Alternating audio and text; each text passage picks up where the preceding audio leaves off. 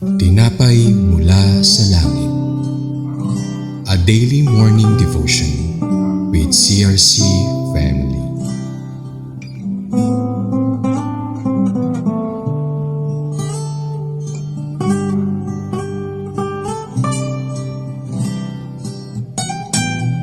Mapagpalang umaga po sa ating lahat. Purihin po ang Diyos Ama, ang Panginoong Hesus at ang Banal na Espiritu Santo. Ako po si Sister Isen Almuninya ng Kalangay San Nicolas, Batangas, Daughter Church. Samahan niyo po ako sa programa ng Tinapay Mula sa Langit, ang pang-araw-araw po nating debosyon sa salita ng Diyos. Tayo po ay manalangin. Dakilang Diyos na makapangyarihan sa lahat, sa natatangi po at banal na pangalan ng iyong anak na si Kristo Hesus at sa gabay po ng Banal na Espiritu Santo, pinupuri, pinasasalamatan ka po namin sa umagang ito. Patawad po sa aming mga pagkakasala, sa isip po, sa salita at sa gawa. Sa aming pong mga kahinaan at pagkukulang. Salamat po sa biyaya ng buhay at kalakasan ng bawat isa. Salamat din po sa pribilehiyong ito o pagkakataon na makapag-aral kami na iyong salita. Samahan at bigyan mo po kami ng karunungan upang ganap naming maunawaan ang mensaheng tatalakayin sa araw na ito. Ito po ang aking dalangin sa pangalan ng Panginoong Hesus. Amen. Ang ating pong verse ay matatagpuan sa mga Hukom